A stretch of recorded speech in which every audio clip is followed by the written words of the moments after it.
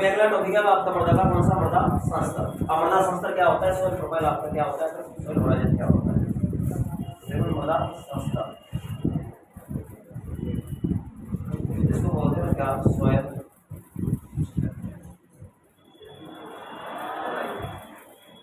भाई होता है मृदा संस्तर या फिर सॉइल होराइजन। अब सॉइल होराइजन क्या होता है, ठीक है भाई, जब मृदा के परत को सीधा काटा जाता है ऊर्ध्वाधर पर जब कटान लगाते हैं तो अलग अलग परतें आपको दिखाई देती है, ठीक है, या फिर आप ऐसे बोल सकते हो vertical section of the soil. मतलब जब आप जैसे आप नदी के किनारे कभी घूमने गए होंगे तो आपको अलग अलग परतें दिखाई देती है, जैसे ना नीचे अलग चट्टान दिखेगी, ऊपर अलग दिखेगी, ऊपर अलग नीचे से ऊपर आपको अलग अलग नीचे दिखाई देती। वही क्या होता है, आपके मृदा के संस्तर होते हैं। अब इन मृदा के संस्तरों को मैंने क्या करते हैं, अलग अलग भागों में बांटा दिया। आपने नाम सुना होगा, ओ संस्तर होता है, ए होता है, बी होता है, सी होता है, टी होता है और आर होता है। तो ये अलग अलग संस्तर होते हैं। तो देखो ये संस्तर आपके कौन कौन से हैं,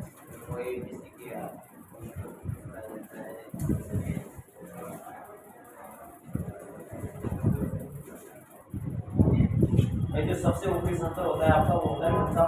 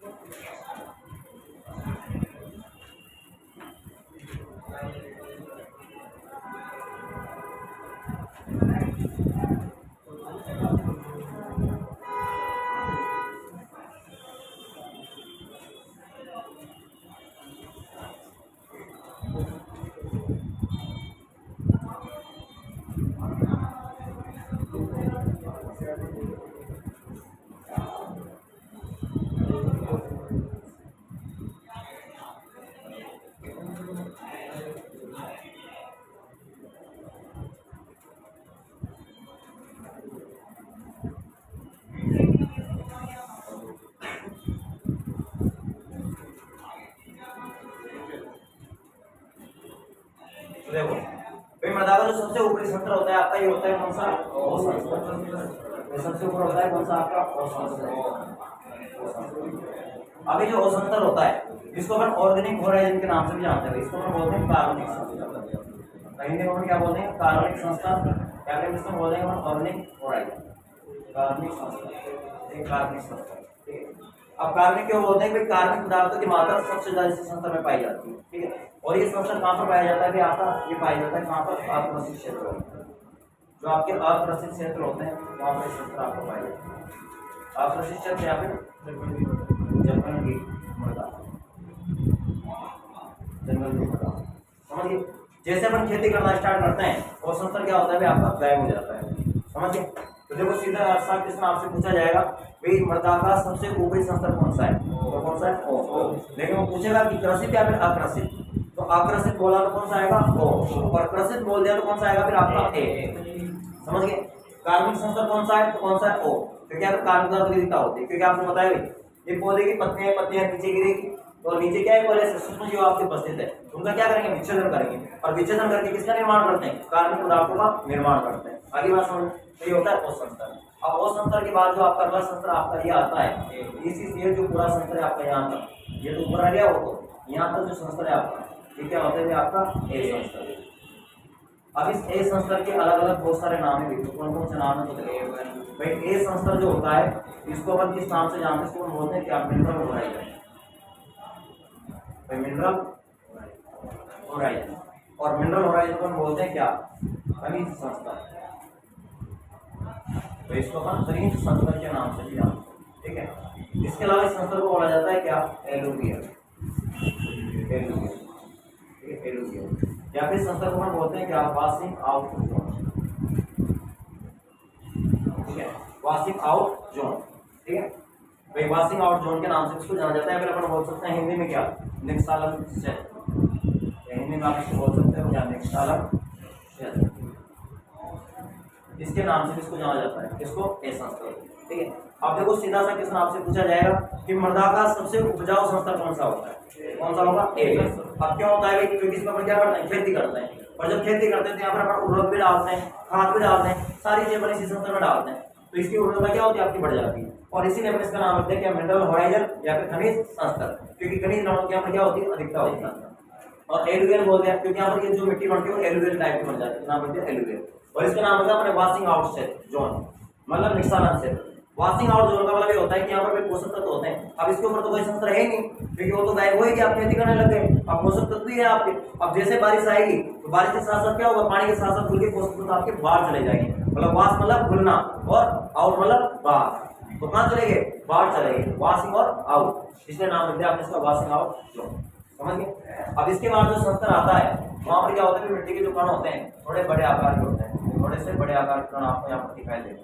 ठीक है, ऐसे बड़े आकार के क्या होते हैं, थोड़े से यहाँ पर कण होते हैं।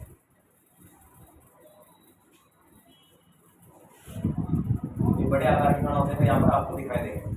और इस संस्तर को बोला जाता है कौन सा, बी संस्तर। यही संस्तर हो जाता है कौन सा, बी संस्तर। बी संस्तर। और जो बी संस्तर होता है इसको अपन भाई अधोमर्दा संस्तर के नाम से भी जानते हैं। अधोमर्दा संस्तर,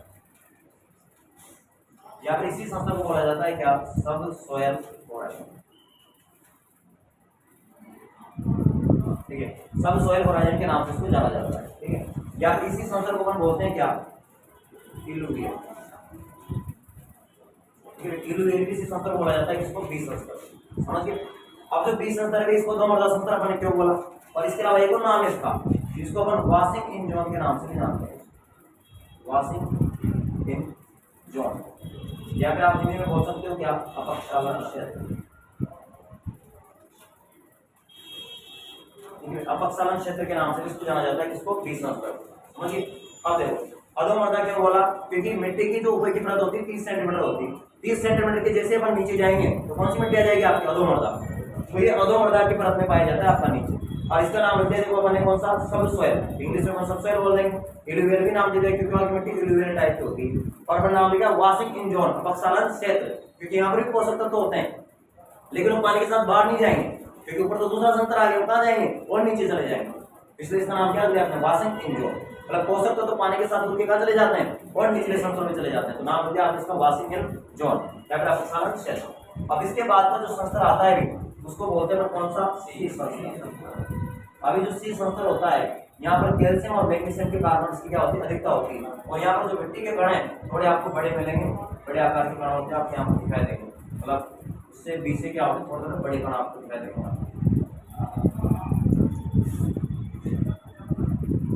ये होता है सी संस्तर। और इस संस्तर में कैल्शियम और मैग्नीशियम ये क्या मिलेंगे आपको, कार्बोनेट। कैल्शियम और मैग्नीशियम के कार्बोनेट्स आपके पाए जाते हैं। ठीक है। और अगला जो संस्तर है आपका सी के बाद वो आता है कि कौन सा, ई संस्तर। और ई संस्तर पे क्या होते हैं, थोड़ी सी बड़ी सी चट्टानें आपको देखने को मिलेगी। यहाँ पर ऐसी बड़ी सी चट्टान आपको यहाँ पर देखने को मिलेगी। कहाँ पर, ई संस्तर। ई संस्तर, समझिए। और सबसे नीचे का जो संस्तर आता है वहाँ पर चट्टानों की ऐसी बड़ी बड़ी परतें आपको दिखाई देगी, और उसको बोलते हैं कौन सा, आर संस्तर। ये होता है आपका आर संस्तर। और इस आर संस्तर में जो चट्टानें होती है उनको बोला जाता है क्या, बेड रॉक।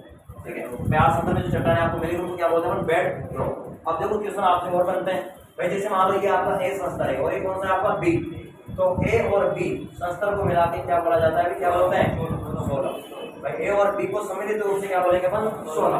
अब एक और चीज है भाई, सी को और मिला दिया, भाई ए प्लस बी और प्लस सी, तीन संस्तर आपके मिल गए, ए बी और सी।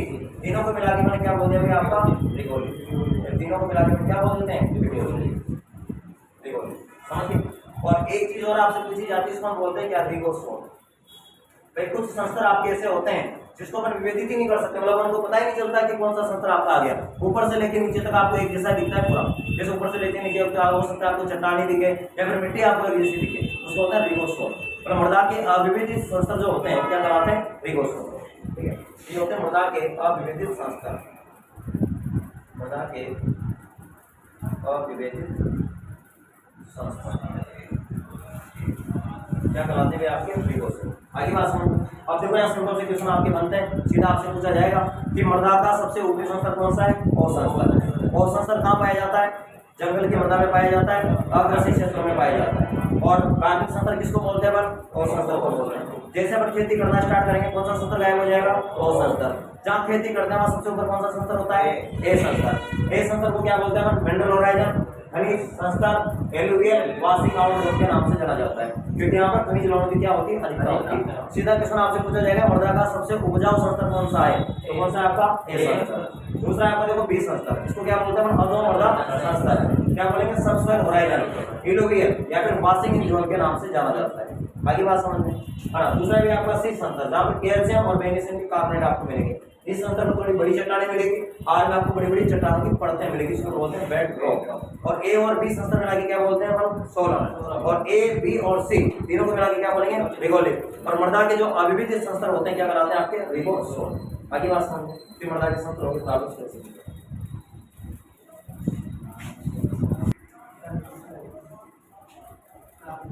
आगे घंटा हो जाएगी तो